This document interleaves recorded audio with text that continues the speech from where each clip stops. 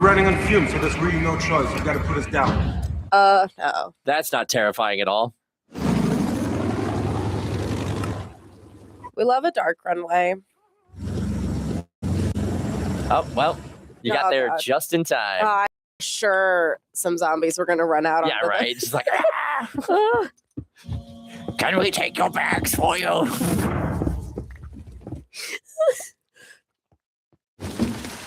Hold up. Keep your finger off the trigger.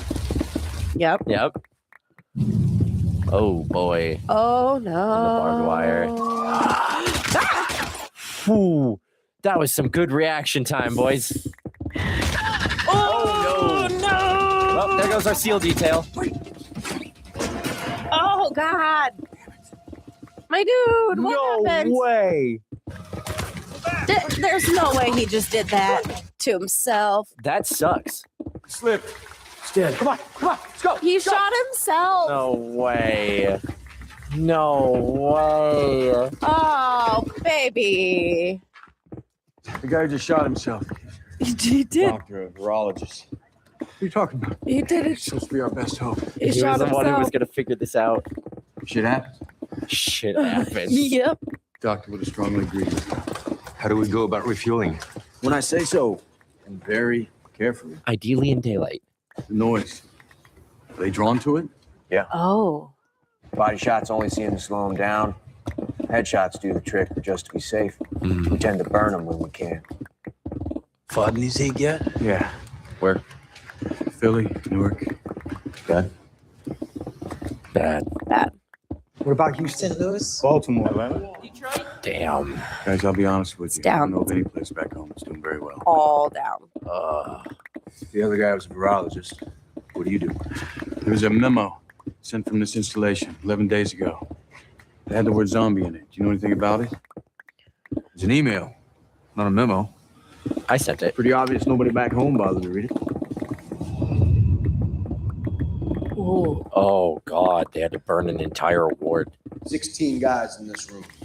Most of them guards, but all of them were bitten. Trying to get this man handcuffed to the cop. Now, our colonel said he was the first one. This colonel, is he around? Oh, yeah, he's right here. Yep, that one. Yep. Oh, my God. What? No. The guy's shackled. Do you know Where he was from? bit him? What bit him? He was the base doctor. Oh, Oh, no. He All just right. returned from the field. finding clues. Ooh. Been sent out to verify the death of a soldier who had just gone AWOL the week before. Some villagers had found this guy foaming at the mouth, using some kind of black tar. Then he tried to bite one of them. They shot him, tied him up, threw him in a barn. Smart. Yep. He's gonna bite you. He's gonna bite you. No. Oh, God, the way the eyes roll down. Oh. That's all we know, except the doctor comes back here and begins attacking his patients. I was so ready for it to be. Oh. Anyone he might have come in contact with. Duh. Got any records? Looks like we gotta go hunting. You're welcome to take a look if you want. They're all. Oh, why were they just in bankers' boxes? Shame you had to fly all the way out here to figure that out. How did you all escape this? The expenditure of ammunition. Is that how you tweaked your leg? Nah, shit's been bugging me a while. Once I saw a bitten, it turned to 12 seconds. Same here? 5 or 10 minutes. 5 or 10 minutes. So it's getting faster. My God, are they eating me? Who's that?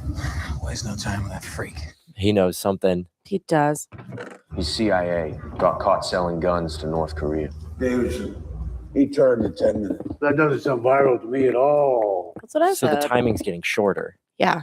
Why'd you sell guns to the north? Why not? Why not? Are they surviving this? Indeed, they are. Using your guns. Guns are half measures. Look at me. You asked. You pulled the teeth of all 23 million. Okay, I was gonna say Less that. than 24 hours. In less than 24 Because hours. if you don't have teeth, you can't bite. No teeth. No bite. No great spread. Wow, that's crazy. Yeah. Why do you have to burn them to ashes to get them to finally stop? Why do they move like a plague? Why is Israel winning?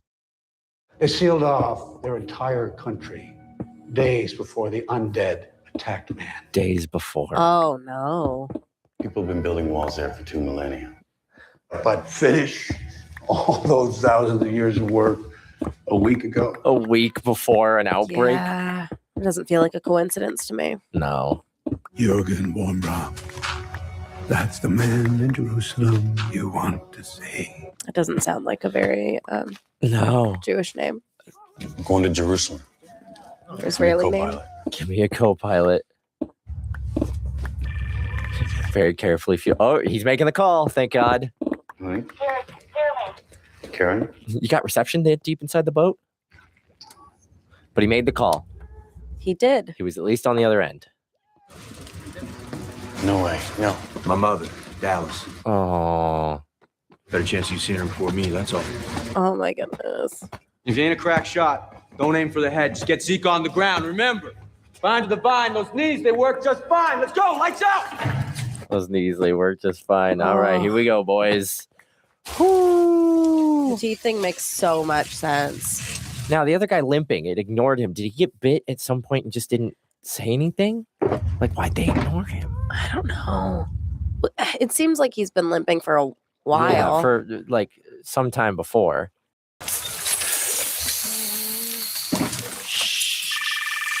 Oh no! Oh no! Oh, and somebody's getting stuck in barbed wire. Why would you call back? She doesn't know. She knows that the world is insane. Come on, boys, I need headshots. Trample now. I want to see some face on the ground.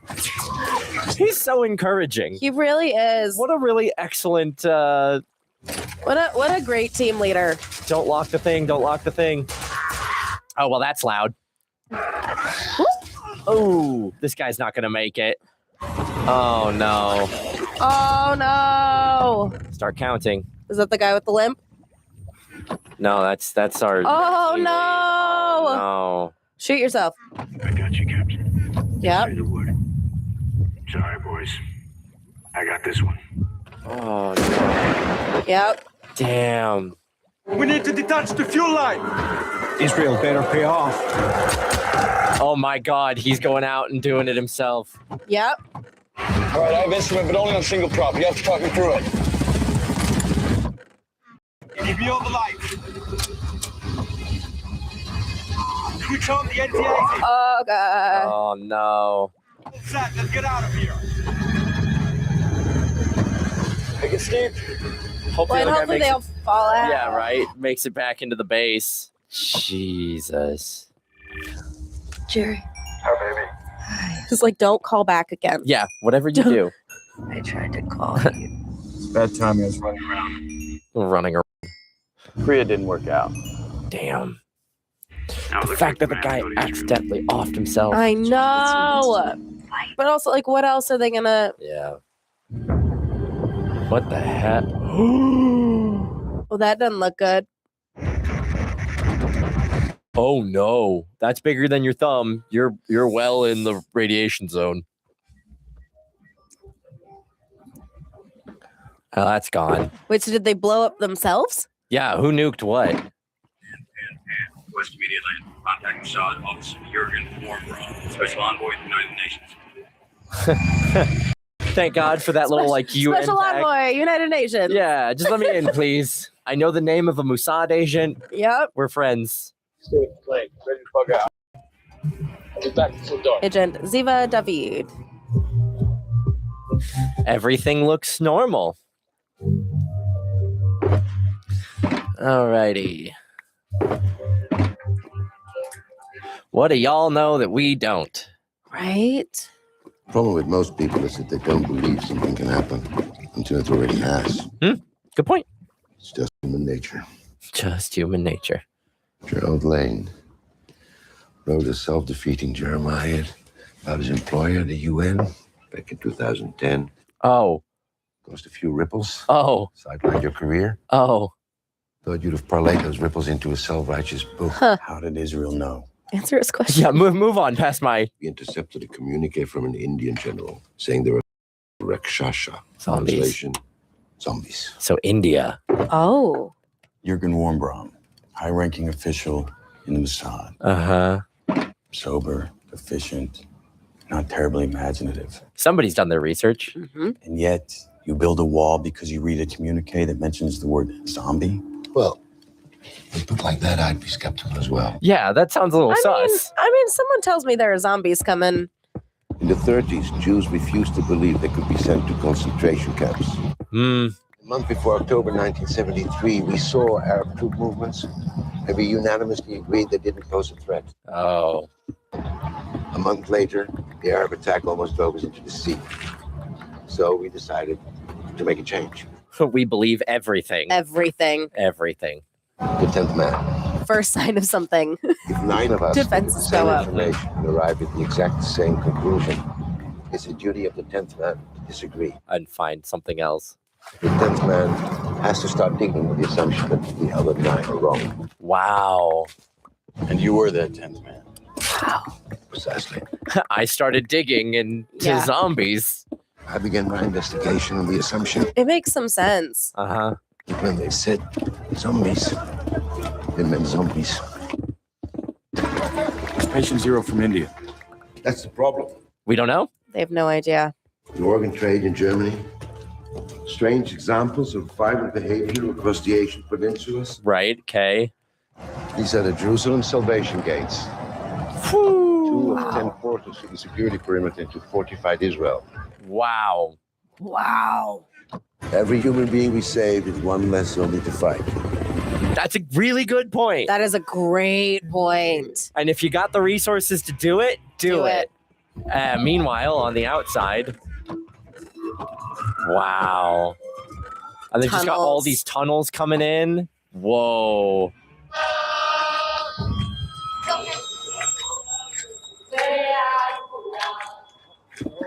We're all coming together. Nothing like an outside. Oh no, but the noise. The noise, it's gonna call them. Oh, It's gonna call them all to the gate. You're right.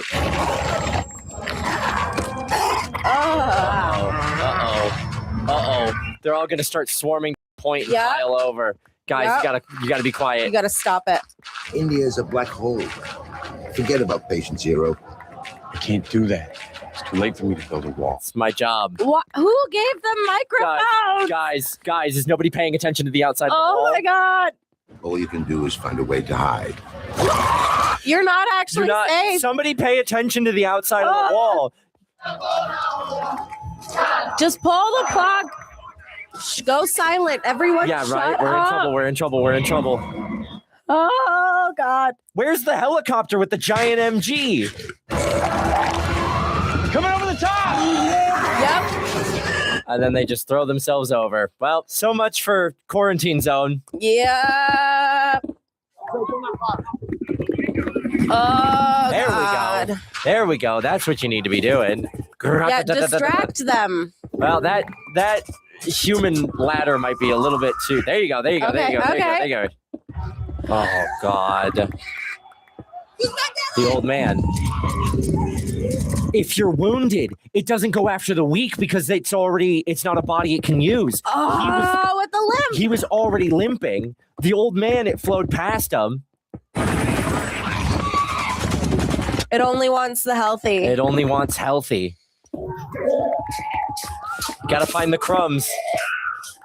Yep. Oh, damn. Oh, damn. Oh, shit. damn. Shoot him. Shoot him. Woo. Every plane is trying to leave right Yeah. now. They're heading towards the airport. Oh, God. Nowhere is safe. So much for your... Oh, my Lord. Yeah, y'all ain't getting through that.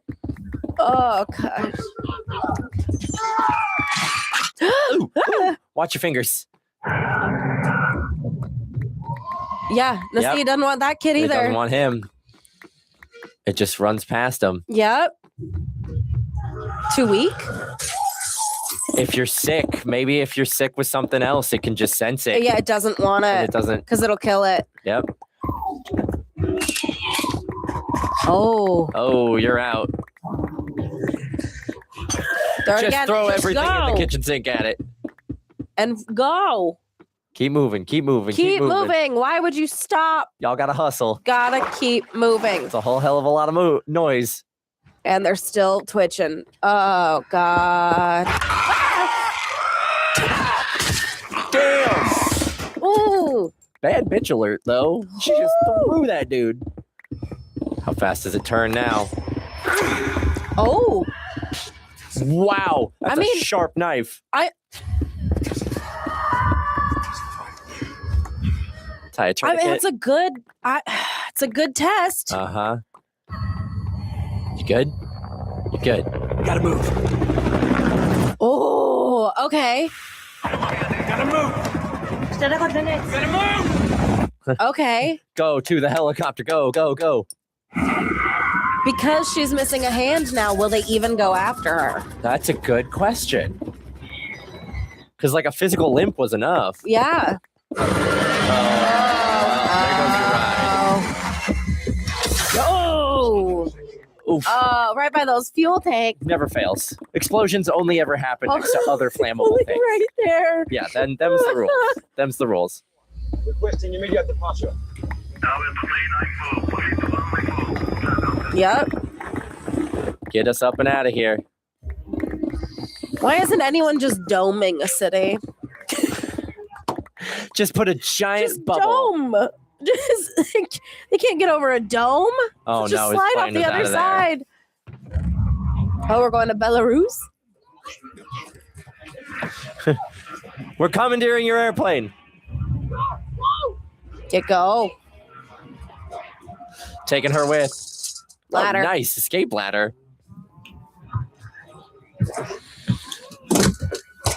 Why'd you drop the gun gun? back through? No weapons on my plane. They're all yelling about someone. All right, yeah. Please, everybody take your seats so we can take off. All right, Okay. that works. An island in the middle of the Mediterranean. Y'all got to bug out. Ooh, yep. Go. Hustle, take off, take off, take off. Oh, is that what maybe that's just what they're yelling about? Okay, but the fact that a Belarus Airways plane got there makes me think that maybe parts of Russia are okay. I mean, Siberia is big, open, and cold. Right? Not a whole lot of people around for it to spread. You're not doing so hot. Ooh. Damn. Oh, they're just... Down goes Jerusalem. Oh, fuck. Oh, thank God the rat dog made it out. Ooh. We got a dog. Bark, bark. Moral support dog. Moral support dog. With a pink sparkly collar. Gotta change the bandage when you clean it, okay? It's gonna suck. It's gonna suck. You might want to knock back more of that alcohol. Come on, gut up. Gut up. Gut up. Here we go. Is that like saying nut up, but not? Yeah, right. But like PG-13.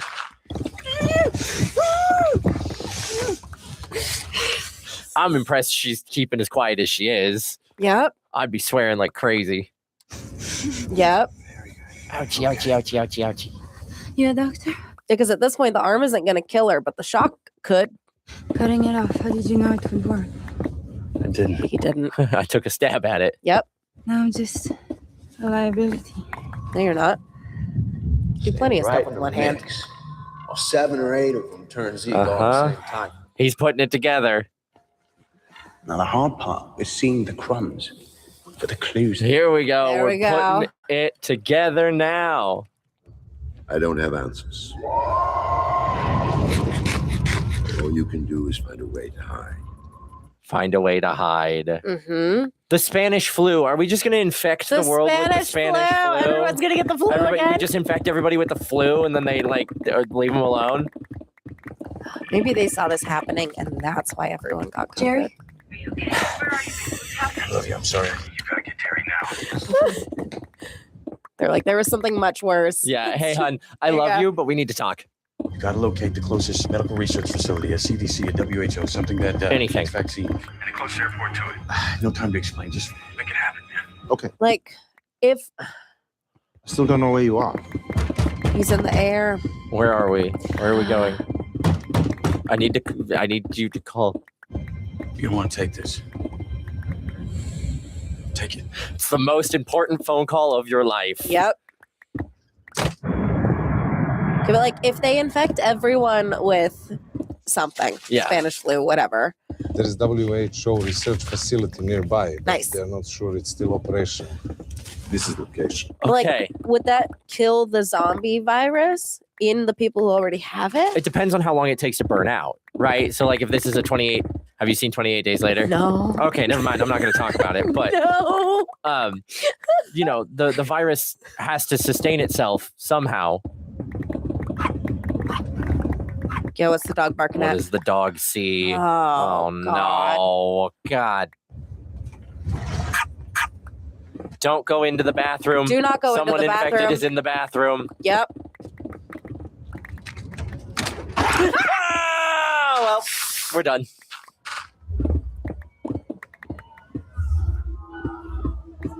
And they dumped the gun out of the cockpit.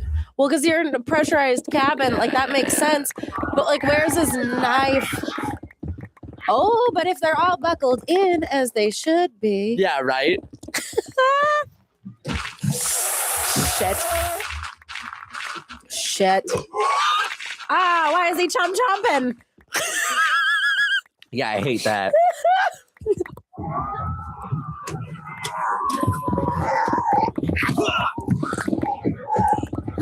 Yeah, get him with the carry-on. Yep. Oh, God. I mean, if that was mine, it'd be great. I don't like their chomps. Damn, girl, where were you hiding that? Also, in a pressurized cabin. Whoa! Oh, no. Hang on tight, boys. Boom. Oh, yep. Yeah, you're going down. Just trust the pilots know what they're doing. Make sure they all get out. Oh, no. Oh, no. Yep. Buckle your seatbelt. Uh-huh. Hey, remember, assist yourself before you assist others. She only has one hand. She hasn't gotten used to it yet. Yep. Oh, boy. It's okay. The trees are going to help. Maybe. Theoretically. Ooh. Oh, no. Where is he bleeding from? Yeah, right? Anywhere bad? Oh. Ouch. Where is she? Oh, no. She got out. I mean, the seatbelt's disengaged. I mean, now they're definitely in the UK. Mm-hmm. Oh, that's where the drips are coming from. No. Don't touch it. Yeah, whatever you do, don't pull that out. You know better. Just secure it. No. Bad call. It's straight through you, dude. Don't do that. You don't know where it is. You don't know what it's punctured. You get some gauze, you secure it, you rinse it off with some vodka, and you hope for the best. That's why you always wear your seatbelt. Look at how safe that person is. That's true. She survived unscathed. She's a zombie, but she survived unscathed. Oh. Hey, girl. Nice to know I'm not alone. Okay, well, now he's... Oh. It's an old folks' neighborhood. Oh. And that place looks pristine because... It's in Wales. It's in Wales. Because it's in Wales. And everything looks beautiful in Wales. I love Wales. It's also got, plenty of like anti-infection protocols, I'm sure, and stuff like that. But help.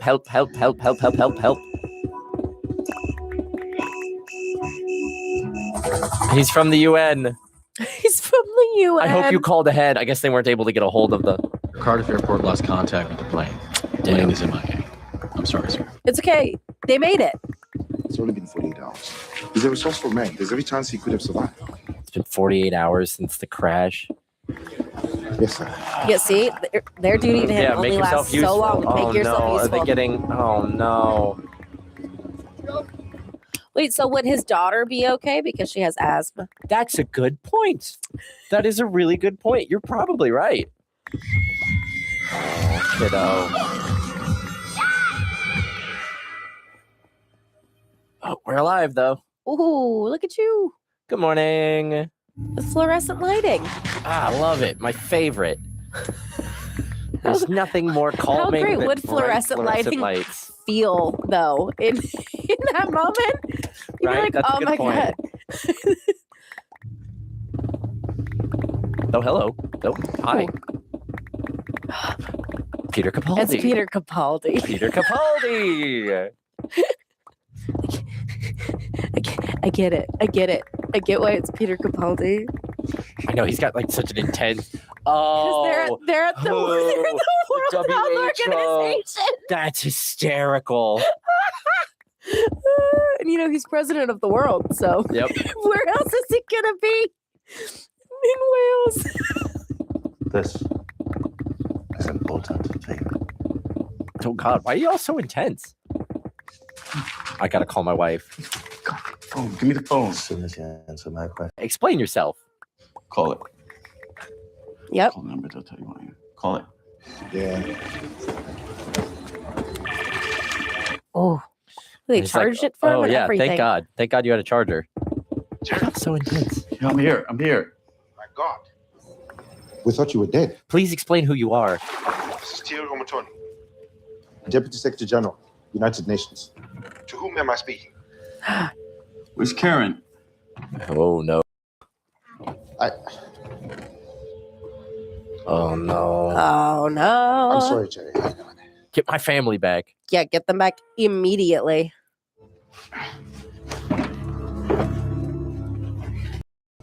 I was about to say, where'd she go? She's right there. Oh, we're cool with her? Yeah. Maybe they were holding her in lockup in a different room. Well, she didn't really know who he was either. Terry told you who I am, what I used to do, right? Huh. Yeah. And trust me when I tell you they're not safe. They dropped him off in Nova Scotia. You have family?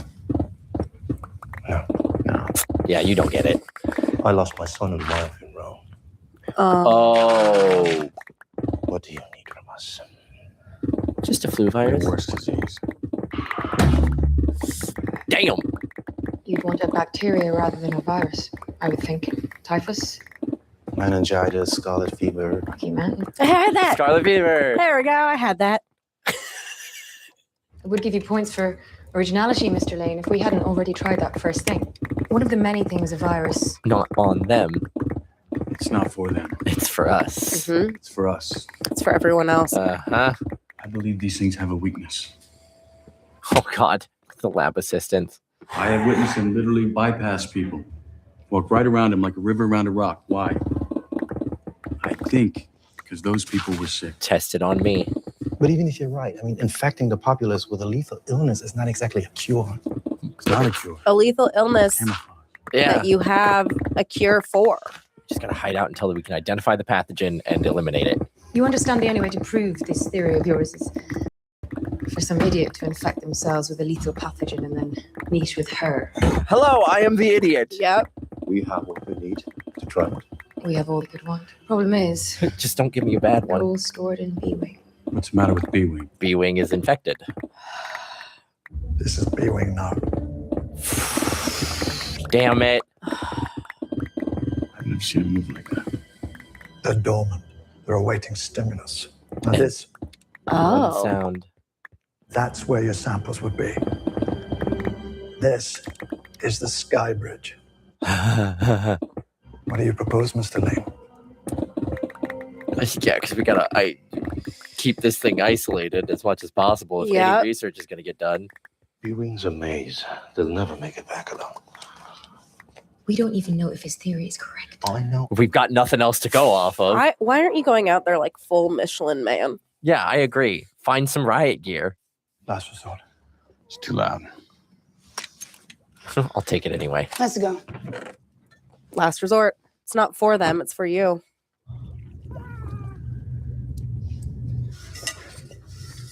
Yep, you got to do a little bit of a barricade, but not the full barricade. Yeah, something you can pull apart. Just in Easy. case. Do they have like comms? I was gonna ask, but Like- I don't think so. You know, that'd be great. Like That'd you've be got one, you've got great. two ahead of you. Not the Mountain Dew. Get ready for a Baja Blast. Eeky sneaky.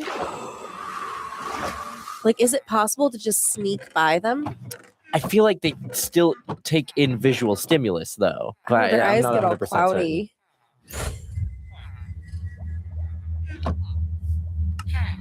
Thanks. Motion activated lights. Alexa, turn off lights. Alexa, kill all zombies? Alexa, murder mode, engage.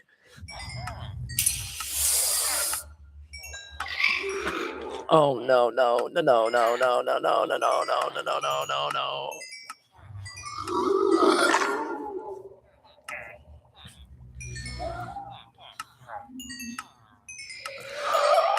Everybody crawl. Everybody get down on your knees and crawl.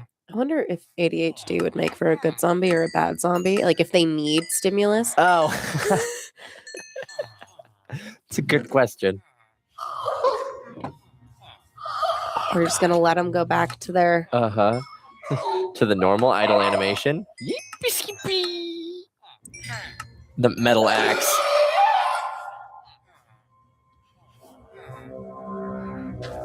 Oh God.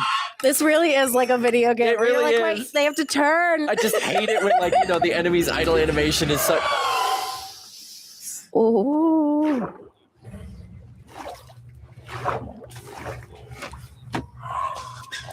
Oh no. Beep, beep, beep, beep, beep, beep. Not one patrolling the halls. Freeze. Don't close it. Just You just freeze. Don't move. Stop it. stop moving. Oh no. Oh no. Wedge it. Go. Good call. Oh, You just gotta leave it. Thank God this guy is here, because they never would have found that. I would love to play this in a game. The Last of Us. The Last of Us is too scary. This isn't. It's effectively the same idea, except they can see. Oh. You mother.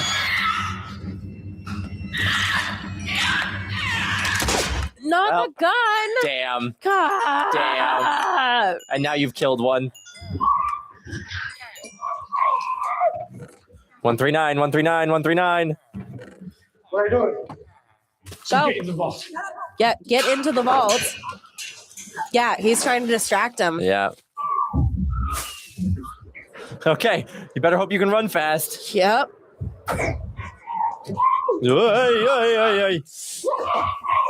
I wonder if they keep their muscle memory of the place. Oh, but now they've locked themselves out. Smart. Now you just have to deal with one of them. Just one. I need. Nice. Yep. Get him. Just get him a couple more times, maybe. Oh no, that's inconvenient. Like that, he just looks so mad. He's so mad. He's like, God, you gotta be kidding me. Baseball. Damn. Okay, so clearly injury doesn't impact. No. So even without her hand, it has to be terminal. Good shooting, Ace. Okay, but how many bullets does she have in that thing? Yeah, right? Because I think that's all of them. Nobody make it. You heard what Javi said. We cannot open it. They're not alone. We can't open it. They are coming back. No, you cannot open that. You cannot open that. Don't you dare. Don't you dare.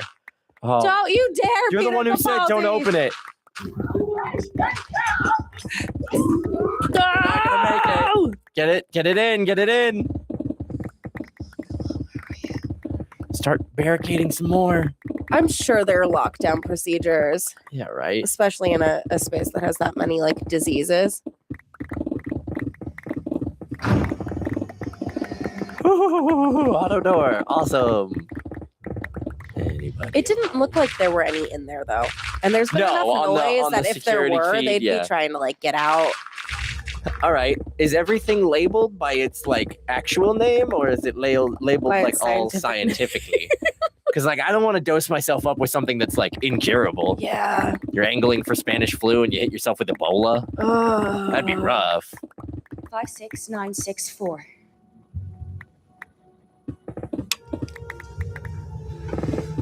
And then he's gonna use it to just walk back out of here. Not that one. Not that one. Call him on the phone again. They said not that one, like not the things in that box. Maybe just not that specific pathogen. He's grabbing it all. Yeah, load it all up, dude. You need everything you can get, I guess. They have. Oh! Hi. Thank God the door was Hello. closed behind you. Hey, my guy. Yeah, you're only getting out by infecting yourself with something. Yep. So which one are you gonna pick? It's got to be the Spanish flu, right? Like, you don't talk about the Spanish flu at the top. And It's then Chekhov's not. flu. And not. It's Chekhov's flu. He's gonna inject himself. Yep, with something. What are you picking? Are we Find picking anything, all right. swine flu? Or are we picking? We don't know if any of them will work. If he uses You any just gotta factor guess. from that left case, he's dead anyway. The left No, case. people survived the Spanish flu. Right, but if they've like been working on it or because they may have ones that just are incurable. Tell my family I love them. Aw. Oh God. No. Damn. You can't move the camera? It's not a RoboCam? Yeah, right?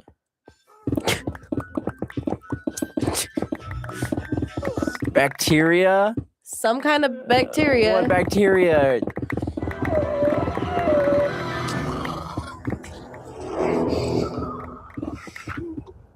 Oh, Wow, it's immediate. It's immediate. It can sense it. what did he do though? What did he use? Yeah, can we see the rest of the bottle, please? And like if you just inject it straight into your body, how long until it It's How long does he have to wait? Before he's infected, not long. But that's not the question we're really asking, is it? Yeah, how long until he's camouflaged? Mhm. How long until he's terminal? Oh God. I don't know, he's still chomping. I love him just like chomping like, hey, how you doing in there, man? I hate the chomp. You all right? They look like little bunny rabbits. Looks a little chilly in there. Ooh, I'll come out here. It's nice and warm. Okay, so that one didn't work. No, he's gonna try it. Moment of Oh, truth, because he baby. can't smell him? Oh, that's terrifying. Oh, that's terrifying. Hey, man, you're in my shot. Cool. I'll just boogie on past. Thank you very much. The chompy teeth are horrible. I hate it. Please stop. All right, now we walk straight out of there. You remember the way out? You remember the way out? Oh. He just walked right past them. Yep. Be calm, cool, and collected. Believe in the camouflage. Oh. Now they're all on the sky bridge. So like, You're drinking a soda? oh my God, get a couple. I love him. Just like, I need a moment. I do like this is I need a break. This is a Pepsi movie. We got a Mountain Dew. There's Pepsi in there. Oh, smart. Summon them all. Yeah, good call. Good call. Yes. Go on, gang. Go get them. Because they're all gonna run towards the sound. Uh-huh. God, that'd still be really nerve-wracking. Like, Yep. He doesn't look super set, but just walk straight through them. with your lunchbox of lethal pathogens. Yeah, don't drop the lunchbox. Thank you very much. Hold on tight to that. It worked. Oh. Get through the door. Like, let him closer to the door before you undo the barricade. Is it curable? Vaccine. Have they? He's cured. He's cured. He didn't choose something stupid. Oh, yes.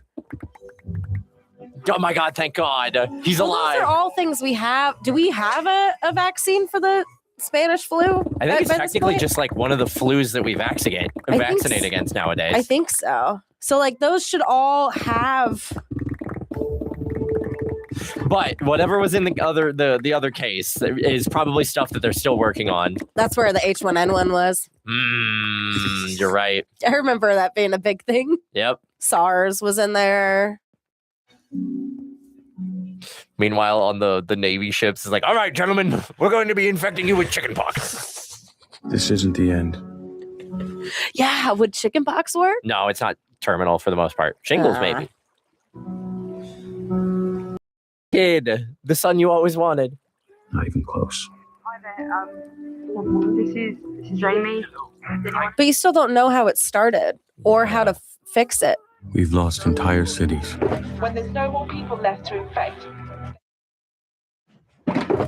Meningitis. Still don't know how it started. Smallpox. World Health Organization has created a vaccine that works as a kind of camouflage. Camouflage. And So- then We you bought can ourselves some time. Volunteer Supplies. are delivering the vaccine to areas that have been cordoned off. And now we rebuild. Yep. But it's given us a chance. And then you can just walk through. Mm-hmm. So I wonder if the like zombie vaccine thing, like if that's just all of those, if it's those dormant. Yeah, right. Like it like you have it in you, but it's not going to infect you, so you Right. can get out. Like an actual like vaccine where they give you the like a taste of it and you have to build up antibodies. They fight them off. They're able to fight them. Yep. Found a way to push back. Burn them. Yeah. Burn them. Whew. Oh, that's sick. Summon them all to a stadium and then Yep. just blow it up. What stadium is that? Oh my God, Jesus. If you can fight, fight. Whew. Escape. Help each other. Gather and rebuild. Be prepared for anything. Damn. Wow. Glad he made it back. Our war has just begun.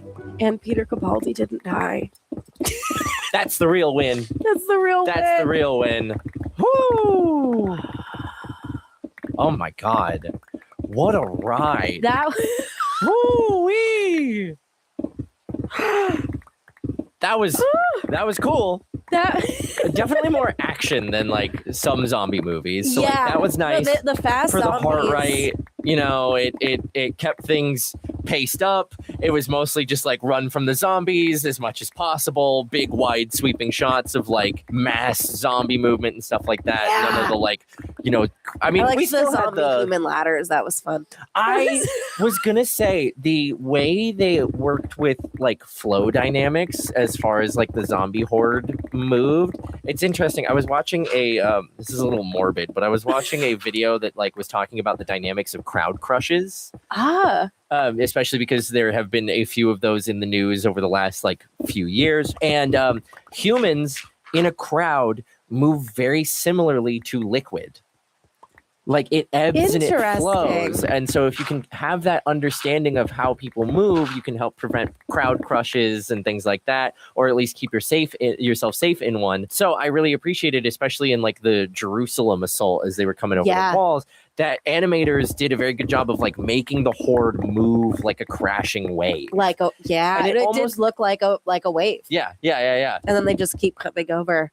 Exactly. They flowed up and over the walls, and then as they were running through the streets too, they were kind of crashing over each other and almost like cresting like an actual wave. That's a good point. So I was like, you're leaning into the flow dynamics of humanity. Yeah. And like if you take away all like sense of self-preservation and Then stuff like what's that, left? what's left is just basic animal instinct of move forward, and you don't have like full disregard for your bodily autonomy and well-being. Wow. Yeah. Fun fact, clearly they were doing their work there with the zombies and the horde movement. I thought that was really, really cool. I just thought it was cool that the zombies move differently. Yeah. Every zombie movie, like I've talked about this with like Sinners, is like vampire movies are so specific and there are such specific rules that you got to kind of choose what works and what doesn't for your rules. And zombies are very similar. It's like, how do you make your zombies work? How do you make them? There's always some kind of infection. There has to be some kind of infection. There's always an incubation period. Yeah. But But then, yeah, how do they move? How do they? Because they don't think. They never think. No, it's all like animal instinct. Well, not even animal. It's all like bacterial instinct or like viral instinct or whatever. So it's spread. You got to determine like what kind of virus is it? Is it a bacteria? Is it a fungus like The Last of Us? Is it an actual virus? How does that affect people? You got to determine like, does it degrade still? Like, do they still maintain some level of like physical ability, or do they slowly start morphing into mushroom people? Or oh yeah, like do how they much burn of out their body need? Yeah, so it's the important questions that you've got to ask when making a zombie movie, and I so think I this always one really like. they definitely went viral with it. Yes, because that was. And we hope we go viral too. Please hit that subscribe button, bell icon, all notifications, and upvote the video. Anyway, carry on. Is because it's like if you already have a virus, it's so hard to get another virus. Yes. And so that's definitely they went more viral with it. But I think use of like being terminally infected with something and the virus not spreading to you is a really interesting new bent on the zombie movie, right? Because again, you have to figure out how your zombies work, but you also have to figure out how to fight the zombies. Like what does it take? What are the things that make them tick? And so I've never seen anything deal with the idea of a virus wants to spread itself. Yeah. Well, because that's what a virus does, right? Like that's why you cough or you sneeze or it wants to spread. And that's just the virus talking. That's just the virus talking. Well, that's the interesting thing about like the pandemic is like you saw that over time, like strains of changed over time, and while like in those people that initially got it at the beginning, I don't know what YouTube's going to allow me to say here just because I think it's still sensitive and weird about those words, but at the beginning it was really bad, and like people got the long version of it and things like that, and then over time I like also with access to vaccines and stuff like that. I got it and I didn't even know I had it. Like I got it for the first time last year and didn't even know I had it until I couldn't like smell a candle. And then I was like, that'll do it. You're like, hang on a second. I was like, wait, this is weird. But what? A virus needs to spread. And so if its lethality is too high, it cannot continue spreading. And then, each of the strains got less and less lethal. Yeah, they're still like gnarly and like, young kids and the elderly and things like that. Like, obviously, get your vaccines. But you could see how its like lethality changed to a certain degree its goal over time. is to stay alive. Yeah, and it wants to spread. Of course, that's me saying that with absolutely zero training as a virologist or anything like that. But it's an observation I've made, and so it is curious that they played around with that in how these zombies worked by making it so the zombies did not want to infect people that were already infected by somebody else. Because it would kill them. Yeah, it'd kill them. Like it's not a proper spread. It wouldn't spread to them. They would die. The virus would die. The virus is like, no, not going near it. This house is already occupied. Sorry, whoa, my bad. Didn't know you were cool like that. I'm gonna move on. I'm gonna go home and do some serious research on virology. Virology. Virology. You're gonna come back next recording session and you're gonna be like, so I got my PhD exactly in viruses. I'm exclusively watching zombie and contagion movies now. It's the niche genre that we are going into purely because you now have so much. It's okay. I know a biologist. He gave me some notes. My marital aunt's cousin's second stepbrother is a virologist, so therefore I know everything there is to know. Everything there is to know. Yep. But moving back from just the zombies, I really, really enjoyed this movie in the way that it addressed a zombie apocalypse on a grander scale. Oftentimes zombie movies are like, oh yeah, in downtown Minnesota, a bunch of people are stuck in a mall, or you're just with a small group of survivors. Yeah, you don't see the spread of it as much, which I kind of like. It definitely is a rescue mission. For sure. It's a rescue mission, and it's like an action adventure movie where he's traveling. It's like Indiana Jones, but with zombies. Yeah. Sort of thing. And so I like that scope and what they've done with it. And again, changing up the formula of like, we're not just stuck in one spot, because, Will Smith in I Am Legend does a similar thing where we're watching someone try and find a cure, but he's just stuck in New York. Oh, I haven't seen it. You haven't seen I Am Legend. Oh, we got so many zombie movies that you got to watch now. Shoot. All right. Well, that doesn't spoil anything. That is the premise of it. Got it. Will Smith is stuck in New York. So it's interesting seeing, again, being in that place of like, we are working to find the cure, but we actually have the ability to go around the world and see how it's affecting. Because it's still so early. Yes. Yeah. Yeah. Still very early days of the virus. No, like kind of skipping forward to, oh, things are already bad. Yeah. You can't get anywhere. It's We're like actively working hard to just survive rather than actually fight things. But yeah, I thought Brad Pitt did a really, really great job. I love Brad Pitt. He was amazing. I love Brad Pitt. Love Brad Pitt. But I mean, obviously, the real star of the show was Peter Capaldi. Oh yeah, right there. So serious. He's great. Yeah, I just love him sitting there and staring at him as he's Oh. tied to the gurney. I love him so much. Oh my gosh. That first side profile, and I was like, He's got one of those faces that you immediately recognize. You're just like, wait, that's Peter Capaldi. Peter Capaldi. And your whole realization, of course he's in Wales. Of course he's in the World Health Organization. The He's WHO. literally in WHO. Yeah. He That might makes have total been the sense. doctor at this point too. This came out in 2013. 2013. Okay, hang on. You'd probably know better Because than I. I'm trying to think of who was after Peter Capaldi. Jodie Whittaker. For 4 years. Oh, in 2014. So it would have been. It was right before. Oh, so they probably had like just announced it. Oh, that's if that was the intention. If that was like the teaser. That was a really clever nod. That was a really clever nod. Oh man, I was so worried though at the end that like he was the 12th Doctor. I need to watch Doctor Who. Coming to you on Patreon. Allie watches Doctor Who. Doctor Who. A rewatch for the ages. Anyway, I really, really was expecting Brad Pitt's character to die at the end there. When they were being all like, no, don't use stuff from the left case. Don't use stuff from the left case. I was like, this is a classic moment of the hero sacrifices himself in order to save the world. Like he infects himself with something that is incurable. I don't know. He didn't seem that risky though. Like that. Right. Chaotic. He wasn't like sweating bullets or anything like that. But he didn't know. I think that's the thing is like he didn't know which one to. You just look at the bottles. Yeah, fair enough. They were labeled. They kept like leading with the don't use stuff from the left case, not those ones, which seems to imply that at least somewhere in the writing process there was a very real threat that he where they're like, how is something that it going to end? Couldn't. So I'm wondering if maybe the studio stepped. I maybe mean, they were like, you can't kill Brad Pitt. It's based off a book, so maybe Wasn't there a second one too? I have no idea. You know what? That's a good question. There's no official follow-up book to World War Z. Oral history of a sequel stalled in development. Ah, okay. Devolution, a first-hand account of the Rainier Sasquatch massacre.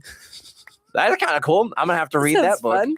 That sounds fun. I mean, World War Z was enough fun. Now I kind of want to go back and read the book and see like. I think I have the book, but I haven't read it. You haven't read it? No. It's just sitting on your shelf. Yeah. Well, now you know the whole experience, so you don't have to worry about anything. You just have the book. It's there. Oh, It's it was good. one of those where you're like, oh yeah, zombie books. They're all the rage. You're right. I mean, they have been all the rage. They were all the rage. Now we'll see if zombies are coming back in a big way. It's like the one. Oh goodness gracious names. What's his name from the new Superman movie? He plays he's in The Great. Oh yes. Nicholas Hoult. Nicholas Hoult, yes. Whatever movie he was, Warm Bodies. Yes. There we go. I was like, I gotta go backwards and I'll get there. Got there eventually. I read that one. That was the same time. Hey, there you go. And you haven't seen the movie? I have seen the movie, All but right, not since okay. it came out. All right. Heard. So what I'm hearing is there's a lot of zombie A lot of movies you gotta zombie- get for. So Ellie y'all watches zombies. please let us know in the comments. Let us know any other zombie movies you need. Or fun virus facts. Both. If you're a virologist, hey, hit us up. But yeah, if you got zombie movie suggestions that you want us or any of the cast to watch, please let us know down in the comments. We love suggestions. Thank you all so much for joining us. We hope you enjoyed this movie as much as we did. If you haven't already, please hit the subscribe button, bell icon, all notifications, and upvote this video. YouTube really likes it when you hit those buttons. I have been Michael Boost. This is Allie Reagan. Take it easy, y'all.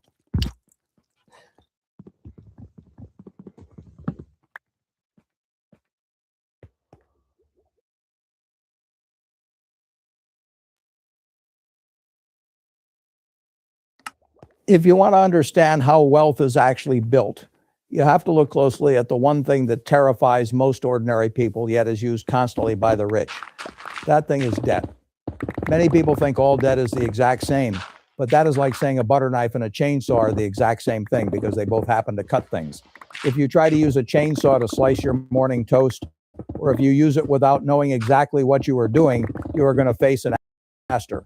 But if you use it carefully, with deep respect for its power and for a specific job, it is an incredibly efficient tool.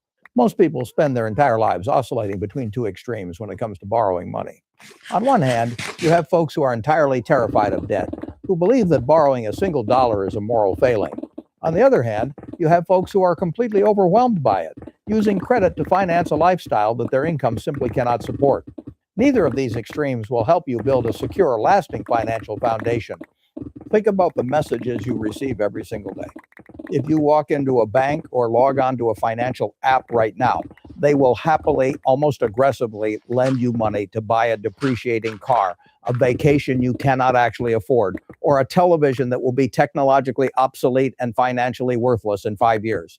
They make it incredibly easy to borrow money for the absolute worst financial decisions you can make. At the same time, traditional financial advice often swings to the opposite extreme, yelling at you that every single form of debt is a terrible, evil thing that must be avoided at all costs. This leaves the ordinary, hardworking person deeply confused. You are told to fear debt, but you are constantly handed a credit card. In my lifetime, and in spending decades watching exactly how capital works and how human beings behave with money, I have seen the true nature of leverage. I have seen debt help sensible, patient people build extraordinary security for their families, and I have seen it completely wipe out very smart, highly educated people who simply got greedy or impatient. The tool itself is entirely neutral. The chainsaw does not care who is holding it.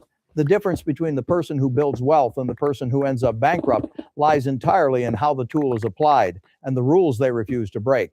To understand this, we have to start separating the concept of borrowing into two entirely different categories: destructive debt and productive debt. Destructive debt is the kind that the modern consumer economy pushes on you every single day. It is borrowing money to consume. It is taking on a high-interest loan to buy something that actively goes down in value the moment you take it home. When you use debt this way, you are literally selling your future time and labor to a bank just to have something shiny today. You are chaining yourself to your desk. Productive debt, on the other hand, is what we call leverage. It is used exclusively to acquire an asset that generates cash flow or securely holds long-term value. When you use leverage correctly, you are not buying a depreciating toy. You are buying a machine that works for you. But even then, the rules of gravity still apply. Leverage magnifies your gains, but it multiplies your losses in the exact same mathematical way. That is why the wealthy, the ones who stay wealthy, do not use debt recklessly. They have an obsession for safety. They demand a margin of error so wide that no single economic storm can wash them away. Now, you might be thinking that this only applies to billionaires or massive corporations or Wall Street bankers. That is a dangerous misconception. The principles of productive debt apply just as much to the ordinary worker trying to figure out how to buy a modest home, how to manage their credit cards, and how to eventually retire with dignity. You do not need to use complex corporate leverage to build a wonderful, secure life for your family. You simply need to respect the tool. You need to know when to leave the chainsaw in the shed and when it is safe to turn it on. Today, we are going to walk through the stark mathematical difference between the debt that keeps you permanently broke and the productive leverage that can help an ordinary family build a sturdy financial foundation. We are going to look closely at the illusion of the affordable monthly payment and why high interest is a tax on the impatient. We will explore the absolute necessity of a margin of safety so that you are never forced to sell your assets in a panic. We will also discuss the invisible tailwind of fixed-rate borrowing in a world where inflation constantly eats away at the value of paper money. Most importantly, we will connect the cold, hard math of borrowing to the psychological weight it places on your shoulders. Because true wealth is not about maximizing every last penny of potential profit through dangerous amounts of leverage. True wealth is the quiet, unshakable security of knowing that time is working for you, not against you. It is the ability to sleep soundly at night. If you can learn to distinguish between the debt that destroys and the debt that builds, you can stop working to pay interest to someone else and start using safe, structured strategy to buy back your own future. Let us begin by looking at the trap that catches almost everyone, the math of destructive debt. If we are going to understand how to build lasting wealth, we first have to understand exactly how wealth is systematically destroyed. When most people think about financial ruin, they picture a massive dramatic event. They imagine a stock market crashing by 50% in a single week, or a risky business venture going entirely bankrupt, or a sudden catastrophic loss of a job. But for the vast majority of ordinary hardworking people, financial destruction does not happen overnight in a dramatic flash. It happens slowly, quietly, and entirely by design through the simple mathematics of destructive debt. Before we can talk about how successful individuals use leverage to get ahead, we have to look the monster of consumer debt straight in the eye. We have to deeply understand why borrowing money to fund your daily lifestyle is the absolute fastest, most mathematically certain way to guarantee that you will spend the rest of your life working for someone else. The most dangerous trap in the modern consumer economy is what I call the illusion of the monthly payment. 50 years ago, if you wanted to buy a refrigerator, a reliable car, or a television set, you walked into a store and asked one simple logical question: how much does this cost? You looked at the total price, you looked at the balance in your bank account, and you made a rational decision based on the actual value of the item. You either had the money or you did not. Today, the entire retail and banking system has been completely re-engineered to hide the total cost of ownership from you. When you walk into a car dealership or a high-end furniture store, the salesperson rarely wants to discuss the final out-the-door price of the item. Instead, they immediately ask you a highly engineered psychological question: how much can you afford to pay per month? This sounds helpful. It sounds like they are trying to fit this purchase into your budget. But the moment you agree to negotiate based on a monthly payment, you have already lost the financial game. The lender will simply stretch the term of the loan out to 5 years, 6 years, or even 84 months just to make that monthly payment artificially shrink to fit your immediate budget. They make the math look incredibly easy to swallow today while quietly chaining you to years and years of compounding interest. You are no longer just buying a product, you are buying the illusion of affordability. You are paying a massive premium for the privilege of having the item right now instead of waiting until you have actually earned the money to pay for it.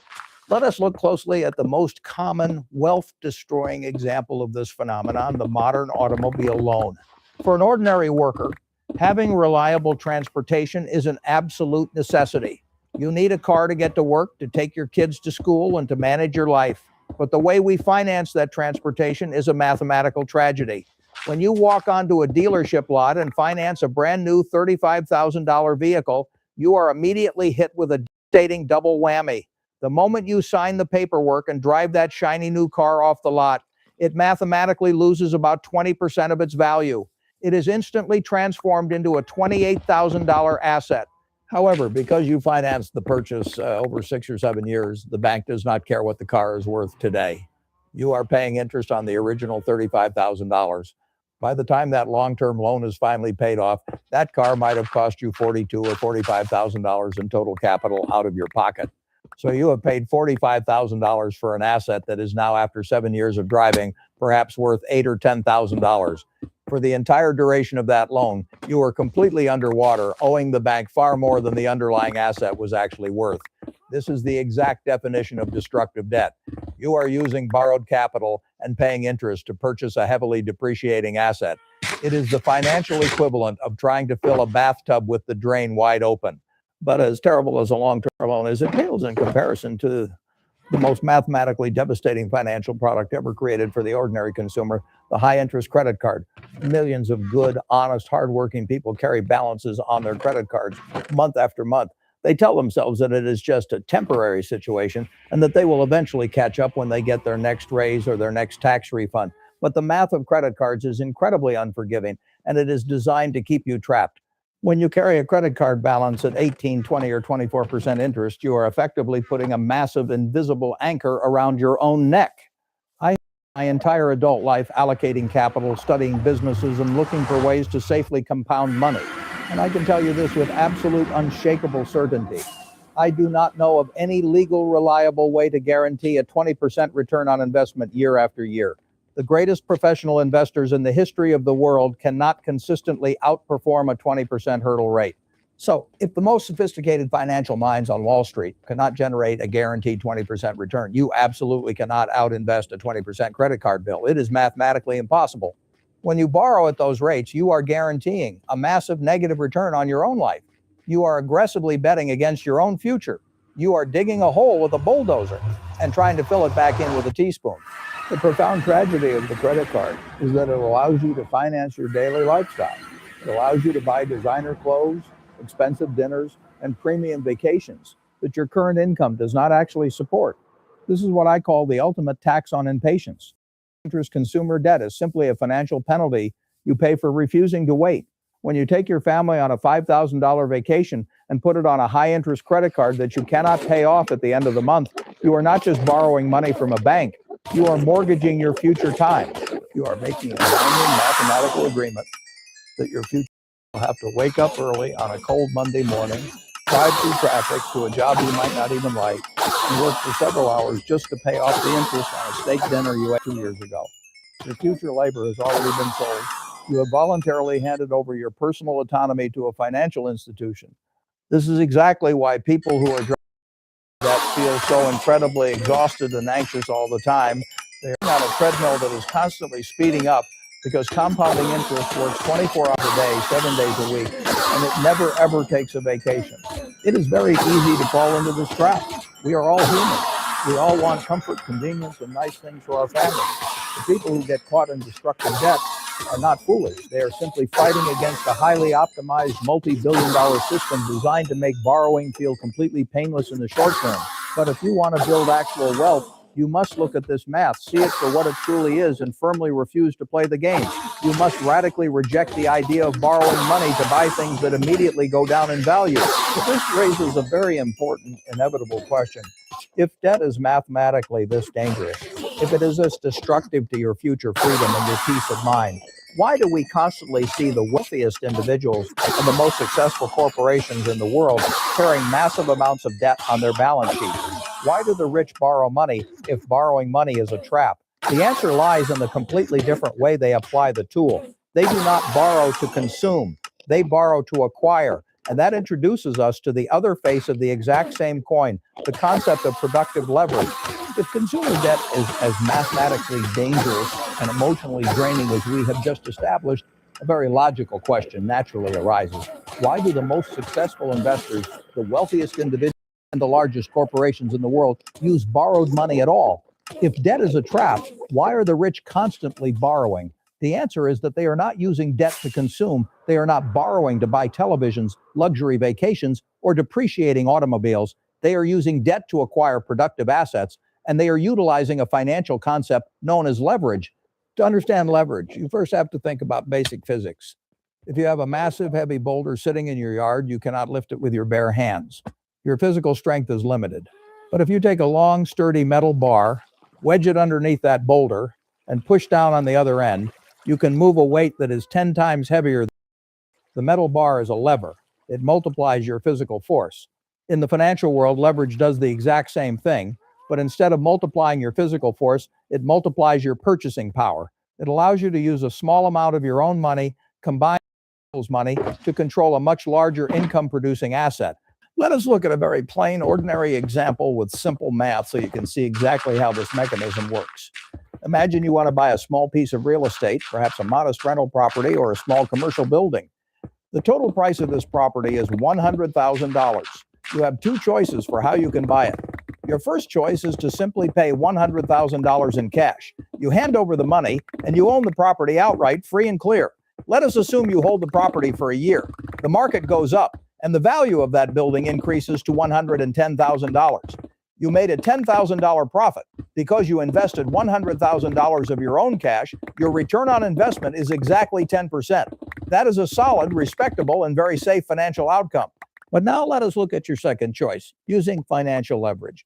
Instead of paying cash, you decide to put down only $10,000 of your own money, and you go to a bank to borrow the remaining $90,000. You still buy the exact same property, you still control the exact same asset, and let us assume the exact same market conditions occur.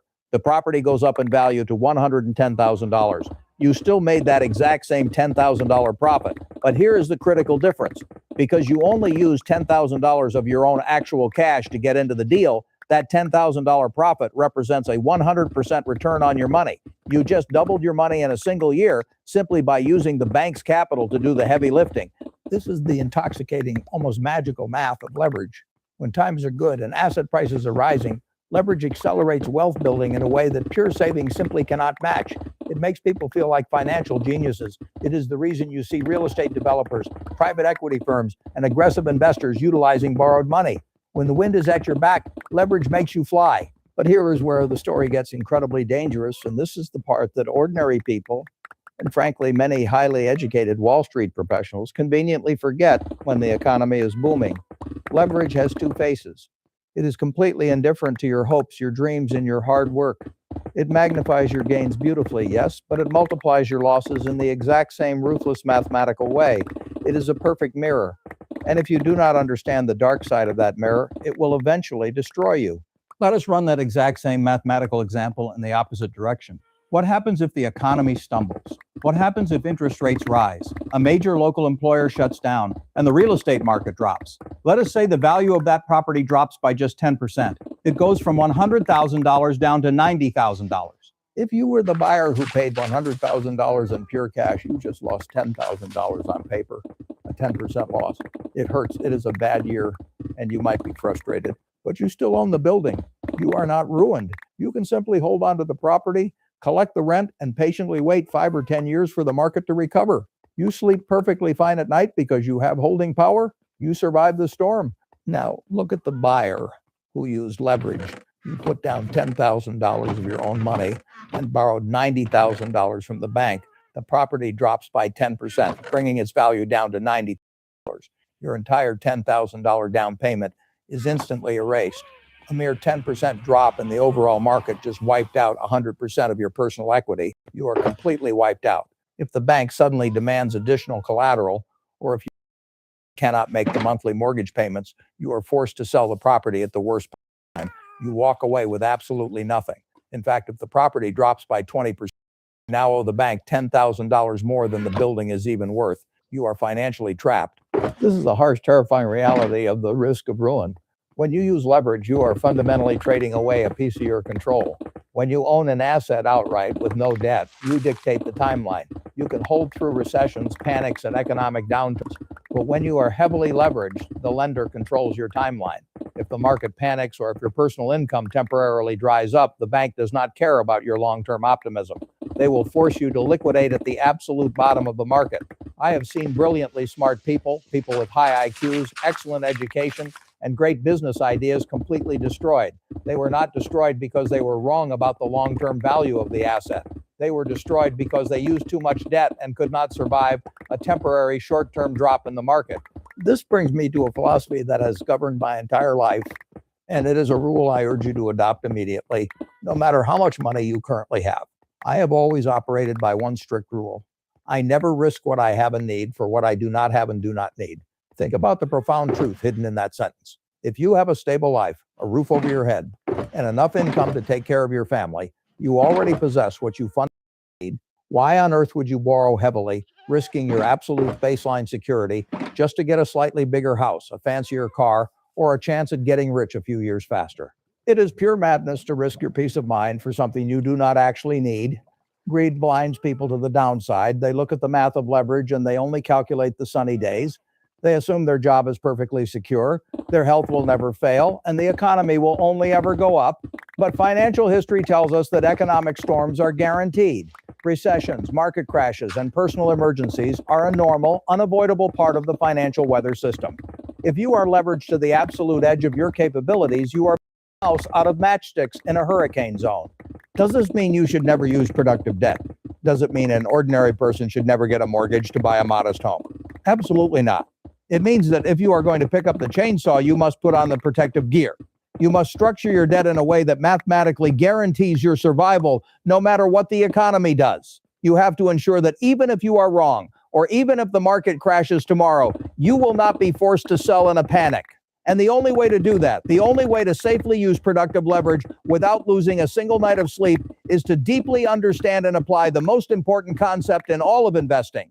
You must insist on a wide, unshakable margin of safety. If we recognize that consumer debt destroys wealth and that excessive leverage can lead to absolute financial ruin, we are left with a very narrow, highly specific path for using borrowed money correctly. This is the path of productive debt. Productive debt is fundamentally different from the consumer trap because of the nature of the underlying asset. You are not borrowing money to fund a fleeting lifestyle, to buy clothes, or to finance a rapidly depreciating luxury car. You are using borrowed capital exclusively to acquire an asset that generates steady cash flow or has a high probability of securely holding and increasing its long-term value. You are buying a machine that is inherently designed to work for you over the decades. For the vast majority of ordinary hardworking people, the most common, most accessible, and most practical form of productive debt is a standard mortgage on a modest home. Real estate purchased sensibly provides shelter, protects you from rising rents, and historically holds its value against the eroding forces of the broader economy. But here is the critical warning that so many people fail to heed. Just because a mortgage is considered good debt does not mean you can use it recklessly. The tool is still a chainsaw. To use it without hurting yourself, you must absolutely insist on a concept that I consider to be the single most important idea in all of investing in personal finance. It is called the margin of safety. To understand the margin, you first have to understand the terrifying way most people approach the home buying process. When an ordinary family decides they want to buy a house, the very first thing they do is go to a bank or a mortgage broker to get pre-approved. The bank looks at their income, their tax returns, and their credit history. The bank runs the math and says, "Congratulations, we have determined that you are approved for a maximum monthly payment of $4,000. This is the exact moment where the financial tragedy begins. The average person hears that number and immediately assumes that $4,000 is their safe budget. They go out and look for the absolute biggest, fanciest house that costs exactly $4,000 a month. But you have to understand what the bank is actually telling you. The bank is not telling you what is safe for your stress levels. They are not calculating a budget that allows you to sleep peacefully at night, save for retirement, or take a family vacation. They are calculating your absolute maximum mathematical breaking point. That $4,000 is the edge of the cliff. If you spend right up to the maximum approval limit, you are standing with your toes hanging off the precipice, hoping the wind never blows. The margin of safety is the conscious, deliberate decision to step far back from the edge of that cliff. Let us borrow a concept from engineering. When engineers build a bridge that needs to carry a steady stream of 10,000-pound trucks, they do not build the bridge to hold exactly 10,000 pounds. If they did, the first time a truck carried a slightly heavier load, or the first time an unexpected windstorm hit, the bridge would collapse into the river. Instead, they build the bridge to easily hold 50,000 pounds. That massive 40,000-pound gap between the expected load and the breaking point is the margin of safety. It is the invisible, built-in shock absorber that guarantees the bridge will survive the unpredictable, unavoidable surprises of the real world. Your personal finances must be built exactly the same way. If the bank says you can borrow enough to have a $4,000 monthly payment, your margin of safety means you intentionally choose to borrow far less. You look for a modest, comfortable house that only requires a $2,000 or $2,500 payment. You create a massive permanent gap between your total monthly income and your fixed debt obligations. Why is this gap so absolutely essential? Because real life is not a clean, predictable spreadsheet. Real life is messy, expensive, and filled with sudden shocks. If you are leveraged right up to the maximum limit of your income, you require the world to be perfect just to survive. But the world is never perfect for very long. The roof of your house will eventually leak. Your car's transmission will inevitably fail. Your child will get sick and need medical care. Your company might downsize, leaving you temporarily out of work for 3 or 4 months. These are not rare freak occurrences. They are the normal, guaranteed realities of a long adult life. When you have a wide margin of safety, these life events are simply mild inconveniences. Because your mortgage payment is well below your maximum capability, you have breathing room. You have the ability to build and maintain a thick, boring cushion of unspent cash sitting in a secure bank account. If the water heater breaks, you do not panic. You simply write a check from your cash reserves, fix the problem, and go back to sleep. Your emotional baseline remains completely undisturbed. But if you ignore the margin of safety, if you bought the maximum house the bank allowed, and you have zero cash reserves, that exact same broken water heater is no longer an inconvenience. It is a full-blown financial crisis because all of your income is locked up in servicing your massive debt. You do not have the cash to fix the problem. You are forced to put the repair on a high-interest credit card. You have just taken productive debt and allowed it to push you right back into the suffocating trap of destructive consumer debt. You lose your peace of mind, your stress skyrockets, and your financial foundation begins to crack. I cannot emphasize this enough. In the game of wealth building, survival matters infinitely more than speed. It does not matter how fast you can accumulate assets if a single economic recession or a temporary job loss wipes you out entirely. You must always build your financial life so that you can survive the worst case scenario without being forced to sell your assets in a panic. The people who truly win over a lifetime are not the ones who take the most leverage risks. They are the ones who build an unshakable margin of safety, ensuring they can stay in the game long enough for compounding to do its heavy lifting. However, maintaining a wide margin of safety is only the first step in mastering productive debt. Even if your monthly payment is perfectly affordable today, you have to ensure that it remains affordable a decade from now. If the structure of your loan allows the bank to suddenly increase your monthly payment, your carefully planned margin of safety can vanish overnight. To truly protect yourself and turn debt into a powerful wealth-building tool, you must understand how to use the invisible forces of the economy to your advantage. And that brings us to the profound mathematical beauty of fixed-rate borrowing in an inflationary world. Once you understand the value of a wide margin of safety, the next question is very practical. How do you make sure that a debt which feels manageable today still feels manageable 10 or 15 years from now? This is where many ordinary people make a serious mistake. They focus only on whether they can handle the payment right now. They do not spend enough time thinking about how the structure of the loan itself can either protect them or slowly trap them. In borrowing, structure matters just as much as price. Over a long enough period of time, there is one economic force that almost everyone underestimates, and that force is inflation. Inflation simply means that the purchasing power of paper money tends to erode over time. A dollar today usually buys more than a dollar will buy 10 or 20 years from now. Most people experience this only as frustration. They notice that groceries cost more, rent costs more, insurance costs more, and they feel as though life keeps getting more expensive. That part is true.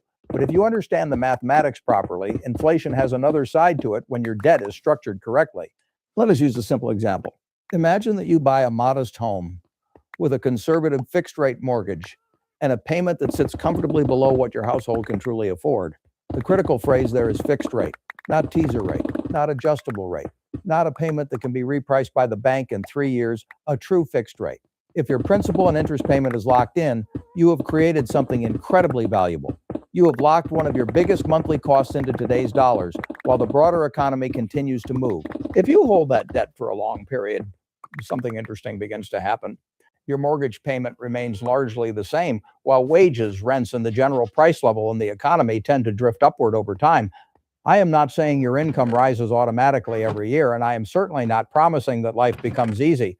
Real life does not move in a straight line, but over long stretches of time, a well-structured fixed payment often becomes a smaller burden relative to your earning power than it was on the first day you signed the papers. You borrowed in today's dollars, and you are repaying that obligation over decades with future dollars that are worth a little less. That is the invisible tailwind. It is not flashy. It does not feel exciting. Most people never notice it because it works so gradually. But if you borrow conservatively and lock the rate, time can quietly improve the economics of the debt. Meanwhile, if the underlying asset remains useful and durable, you are not just paying back a loan. You are gradually increasing your ownership in a real asset while the payment becomes easier for your life to carry. This is one of the few situations where time and inflation can work with you instead of against you. But I want to be very careful here because this is exactly where careless people hear only half a lesson and get themselves into trouble. Inflation is not a reason to rush out and borrow money. A fixed rate is not a magic spell. If you overpay for the asset, if you borrow too close to your limit, if you have no emergency cash, or if your income is unstable, then even a fixed rate loan can become a burden. The structure helps, but it cannot save you from bad judgment. Sound borrowing still requires modest assumptions, conservative sizing, and emotional discipline. This is why I have never liked financial arrangements where the lender gets to change after the fact. Adjustable rate mortgages, floating rate consumer loans, variable rate debt, and any obligation with a payment that can jump dramatically later on should be approached with extreme caution. When interest rates rise, the bank protects itself first. Your payment can suddenly expand, and the margin of safety you thought you had can disappear almost overnight. A household that felt stable in January can feel cornered by June. That is not a position you want to be in. Think about the difference in plain terms. With a fixed rate loan, you have clarity. You can plan, you can budget, you can build your emergency reserves around something you understand. With a variable loan, you are effectively inviting uncertainty into the center of your household.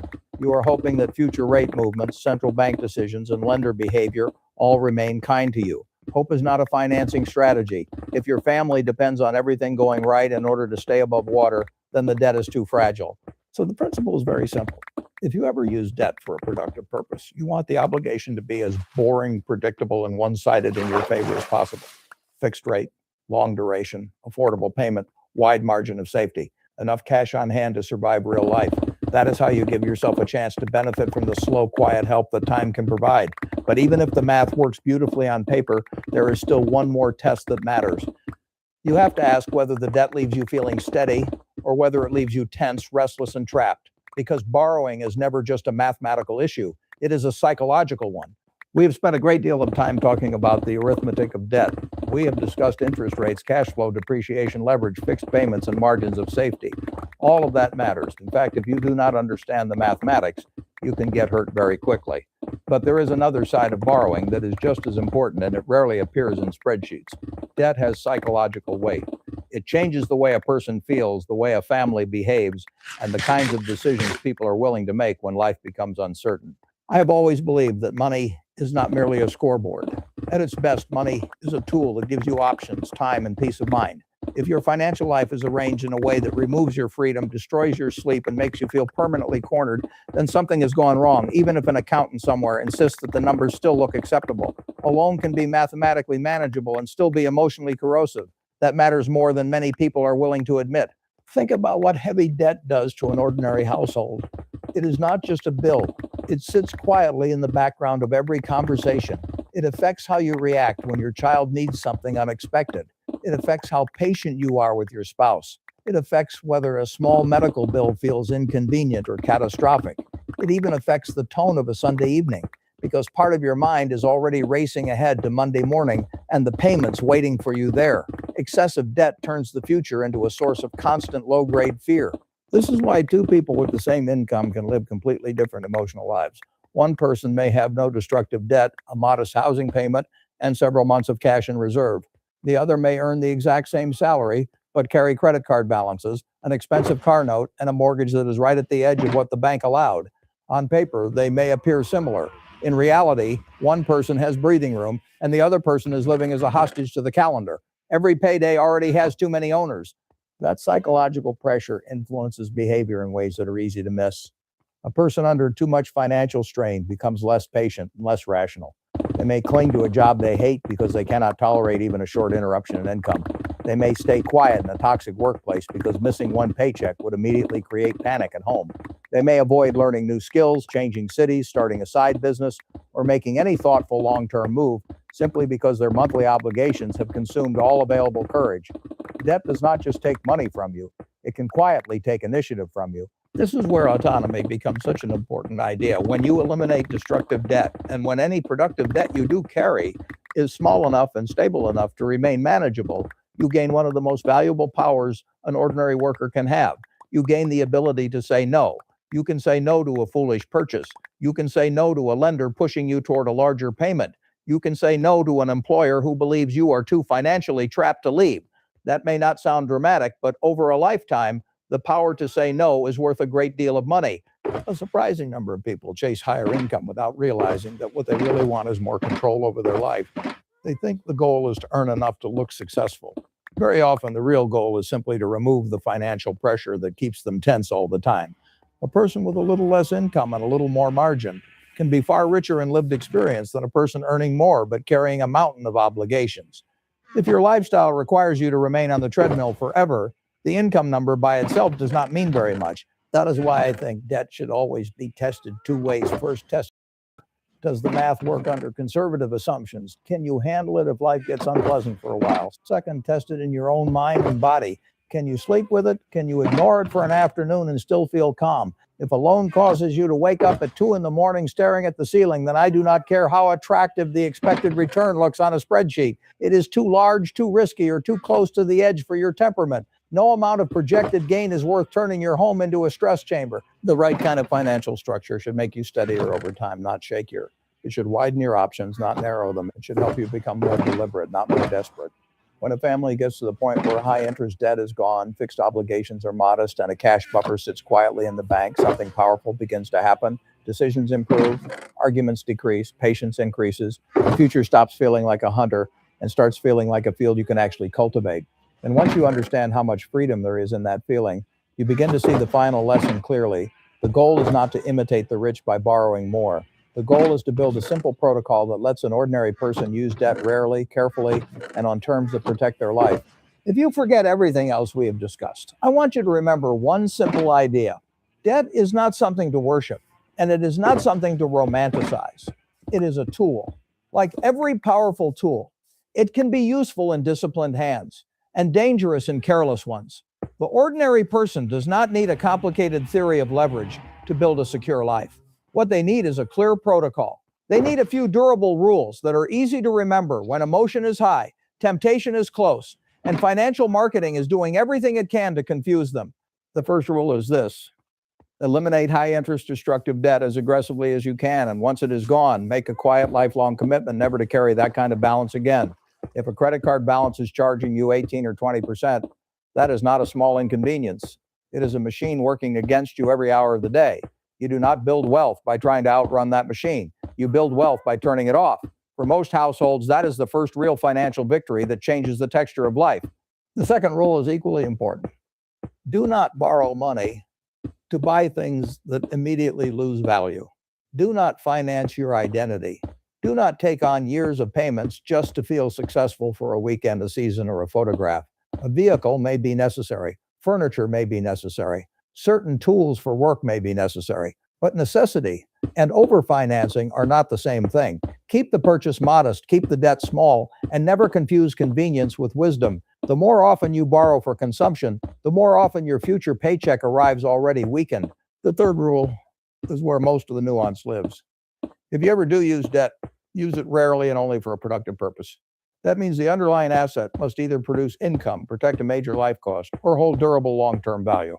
For most ordinary families, that usually means one well-structured home loan, not a collection of clever financial maneuvers. And when you take on that debt, size it so conservatively that real life can hit you without knocking you down.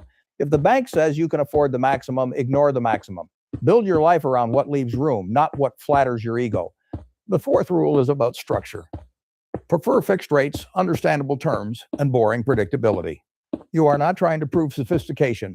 You are trying to reduce fragility. A good financial arrangement should not require genius to survive. It should be simple enough that you can explain it clearly, stress test it honestly, and live with it calmly. If a loan only works when rates stay low, your hours stay perfect, the economy stays friendly, and your luck remains intact, then the loan does not work. It is depending on hope, and hope is far too fragile to support a family balance sheet. The fifth rule is one that many people skip because it feels slow and unexciting. Keep cash reserves. Keep more liquidity than your optimistic self thinks you need. A margin of safety is not just about borrowing less. It is also about holding enough cash so that normal life does not force you into panic borrowing later. A job interruption, a medical bill, a broken transmission, a leaking roof, a family emergency, these things are not rare. They are part of being alive for a long time. Cash is what stops an inconvenience from turning into a spiral. And then there is the final rule, which sits above all the others. Protect your peace of mind. If a financial choice makes your life look impressive from the outside but leaves you feeling tense on the inside, the choice is probably too expensive. If a loan removes your ability to think clearly, walk away from bad situations, or sleep deeply, then the hidden cost is too high. True wealth is not measured only by assets on a statement. It is measured by how much of your life still belongs to you. It is measured by how much freedom remains after the bills are paid.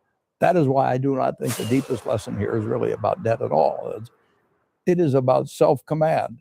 It is about refusing to let impatience write checks that your future has to cash.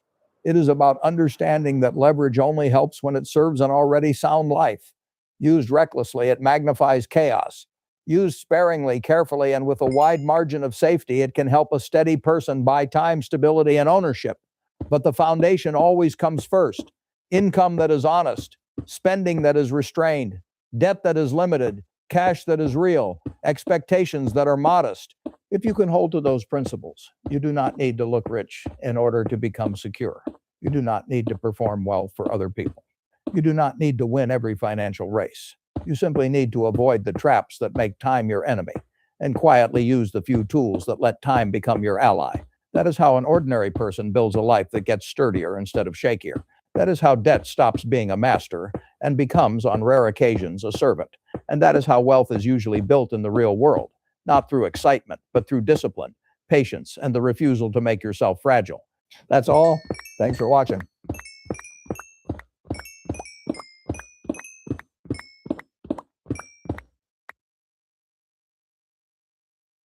Senna. We're watching Ice Age today. This is Steph's very first time watching it, and it's my first time watching it in 22 years because I saw it in theaters when it came out in 2002, only once. And so I'm very excited to revisit it. Here we go. Are you familiar with this guy? Just as a meme? Yes. Okay. Yeah, he just, all he wants is this one chestnut. Yeah, just trying to bury it. I wonder what the sound, doing the sound in the booth is like. I love watching VO artists after the movie comes out, looking at them record. Mm-hmm. Oh, God. Oh, my Lord. I think this is what happens to him every time. No, are they saying this is how an ice age started? Or I mean, an avalanche? An avalanche. We are in an ice age. Oh, my gosh. He planted the seed for all this destruction. Literally. Oh, my gosh. You just had to do it. Dude, grab it and run. Don't forget. No, you got to get that thing. Come on, buddy. Oh my god! It's like raining hell upon him. Wow. Jesus. Oh my gosh. Why is it coming from both directions? Oh no. Speaking of Star Wars, Yeah. closing in on him. Oh no! Wow. Barely made it out. Oh, Jesus. Ow. Oh. I feel for this guy now. All for a nut. It's going to hit him. It's going to hit him. No! Oh. Okay, that wasn't as bad as I thought it was going to be. Hope it was worth it. Oh my god. After all that. He's not okay. This guy's indestructible. I wasn't expecting that. Oh my gosh. Ow. Surely he's meant to survive. When it rains, it pours, baby. God. Oh my god. Just subtle screams as he goes from step to step. Move your issues off the road! If my trunk was that small, I wouldn't draw attention to myself, pal. Is that everybody who loves hates Ray? Everybody loves Raymond, yeah. Oh, good. Oh, everybody hates Chris. Everybody loves Ray. That's correct. Quieter when you're gone. Come on. He wants to freeze to death, let him. I love the little detail with the female